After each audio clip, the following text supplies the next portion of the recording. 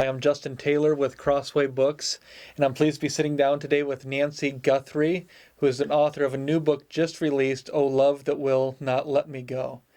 Nancy, tell us what this book's about. Well, the subtitle's Facing Death with Courageous Confidence in God. As you know, I did an earlier anthology called Be Still My Soul, a collection of writings about suffering.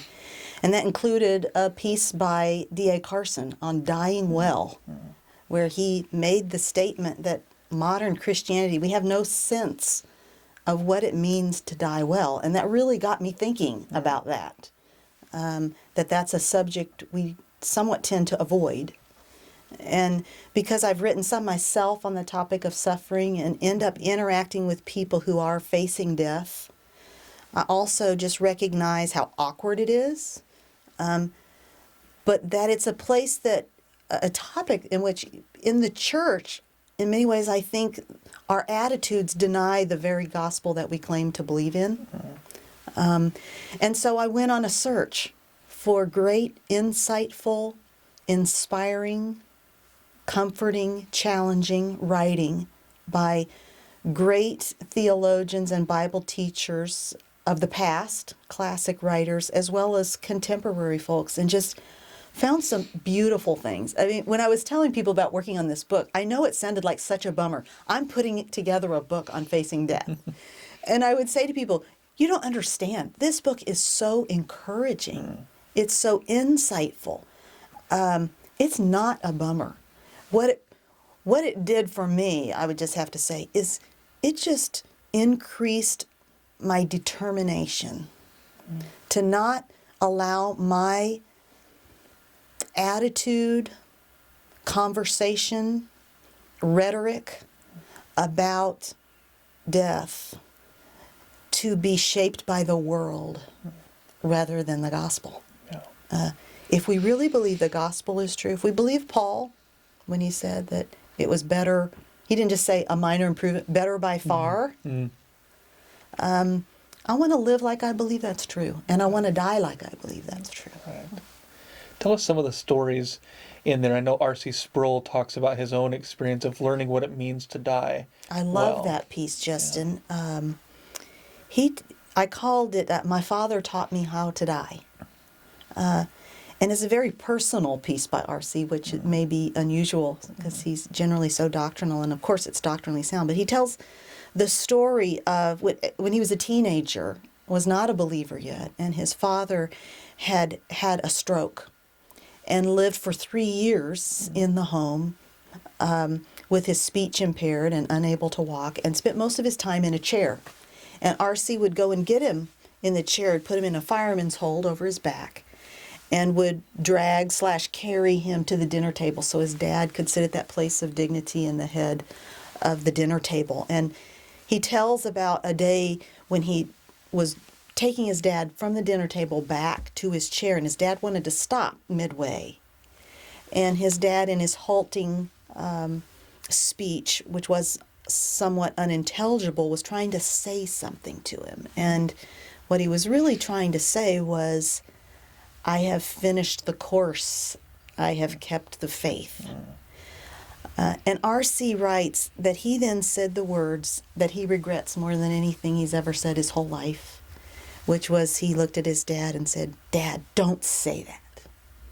You know, he didn't want to think about his dad dying and didn't want to have that conversation. And what's so beautiful about it is it was years later that R.C. came to Christ when he was reading there in Thessalonians, and he came to that passage and he read those words, I have finished the course, I have kept the faith, and he realized that's what his dad was saying to him, and what a powerful thing.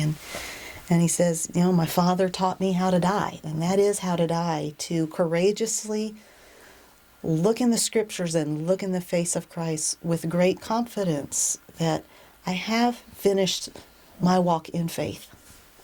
I think even those of us who've walked with the Lord a long time can identify with RC of just wanting to avoid the issue altogether. Oh, yeah. It's awkward, isn't it? Yeah, we love life now. We love thinking about heaven someday. Yeah. But that whole process of dying is very scary, even for many of us who are believers. How do you see the book helping people embrace that process, which is a painful, terrible process, but it opens the door to a whole new world? Yeah. Well, I recognize, honestly, that this book might be a little bit awkward. Mm-hmm. I mean, even as I've just had the manuscript and I've interacted with people who have a relative who's dying or people who are dying themselves, you're a little bit afraid. If I give this to them, am I saying, hey, you're dying and I'm okay with that? So I actually addressed that in the introduction, saying, if someone has given this book to you, don't receive that as them saying that they are expecting the worst, but instead receive it that they are saying to you, I want to stand beside you and open my arms with you to welcome the best. You know, that sense of, I believe the scripture is true, that it is better by far. And that being with Christ for the believer is going to be a glorious, beautiful, wonderful thing. Not that I'm trying to usher it in more quickly. Yeah.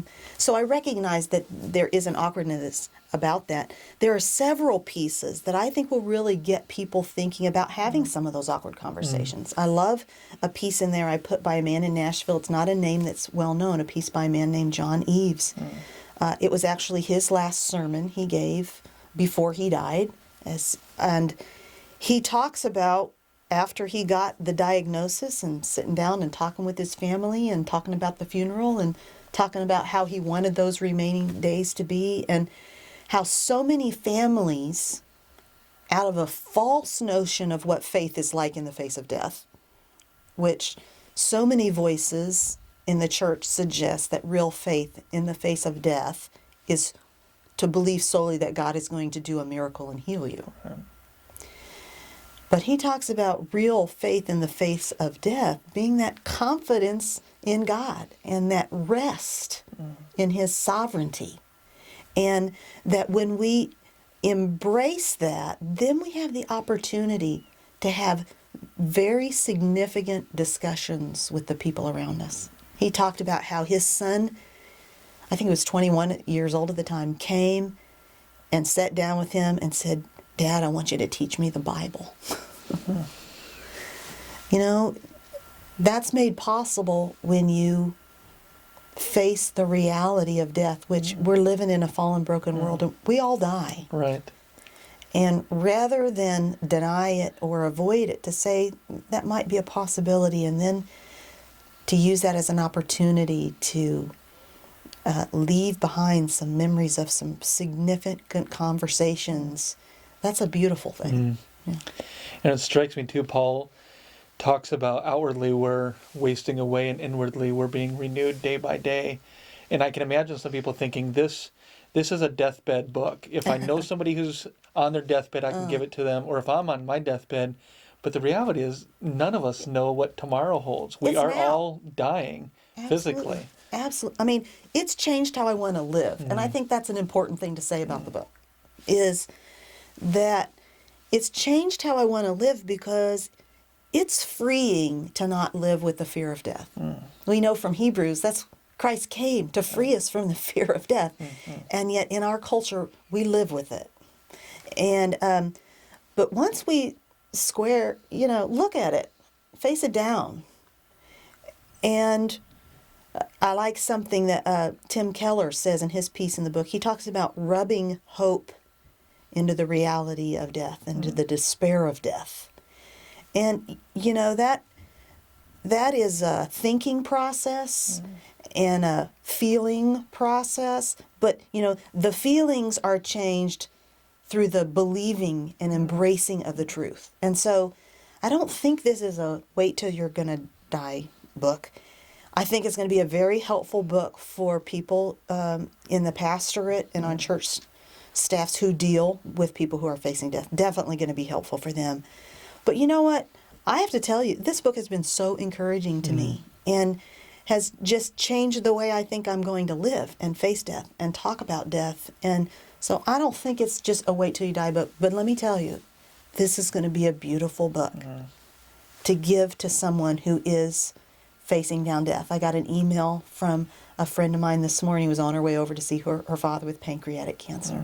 And I had sent her some things from this book. And, you know, in those hard times, we need to be reminded of these. And one thing I love about some of the pieces in the book, especially the classic pieces, they give important truth about the book, but they also say it beautifully.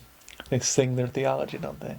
That's a great way to say it. Yeah, I think of the piece by Jeremy Taylor, who talks about sickness as the soul's undressing. Or Richard Baxter, you know, being peaceful in the way we die. And I just, in fact, I gave a few of the pieces of this when I was first working on it. I gave them to a woman in my church who wasn't one of the death avoiders, but had actually sent out a letter saying, I think I'm going to die soon, and I want to die to the glory of God. And I sent her a few of the early chapters, and it's so sweet to me we have that correspondence of her telling me how meaningful it was to her. I mean, there's really a dearth of meaningful things to hand to someone. So we have things about heaven, right? But I don't know that we have that much about the process of facing death and drawing a picture for us of what it looks like to face death with confidence in God. To what it has done for me. I want to live and I want to die like I believe the gospel is really true. And I hope that is what it instills in those who read it. I know we were talking earlier about Jonathan Edwards' piece, which is just the way in which he can so beautifully phrase things, and it's so unworldly, his biblical perspective on what death means. Maybe you could summarize that. Well, his piece, basically he goes back and forth. He's talking about why the day of our death is actually better than the day of our birth. And, you know, that the day of our see death... That on many Hallmark cards. No, you're probably right. You know, he talks about you're born to a better parent. You're born into a better environment. You yourself are better because you've been cleansed. And, you know, I have to tell you that really resonated with me. I've had 2 children who died. And it so vividly reminded me of an experience I had. My daughter was born the end of November, and early in December, we went to the Christmas musical nativity scene kind of thing at our church, and the music was glorious. And I can picture myself sitting up in the balcony holding my daughter Hope, and I knew her life would be very difficult and very short. And I remember it penetrating me in that moment. I just thought, all of a sudden it hit me, of all the things I would never get to share with her. Because this music was wonderful and the kids' choir was there, and I thought she'll never get to do that. You know, she'll never experience, you know, some of the wonderful meals and so many of the wonderful things about life in this world. But even as I sat there, I sensed God speak to me, reminding me that the best this world has to offer is only a taste and a glimpse of what He has reserved and prepared for us in the life to come.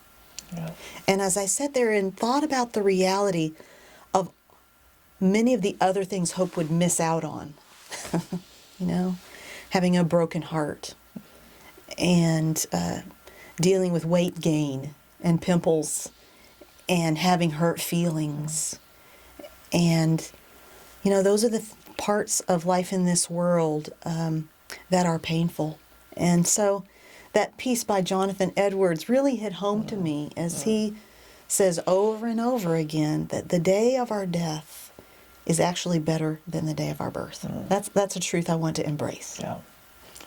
It is a topic that we all work hard to avoid, but none of us can avoid. And so I just personally want to thank you for putting together this collection of essays. And I think for those who pick it up, it will minister to them deeply. So thank you, Nancy. I believe it will. It's the truth. It's the truth of the Word of God, and it changes our perspectives. And that's what we need to have our minds renewed about this very difficult thing, death. Thank you.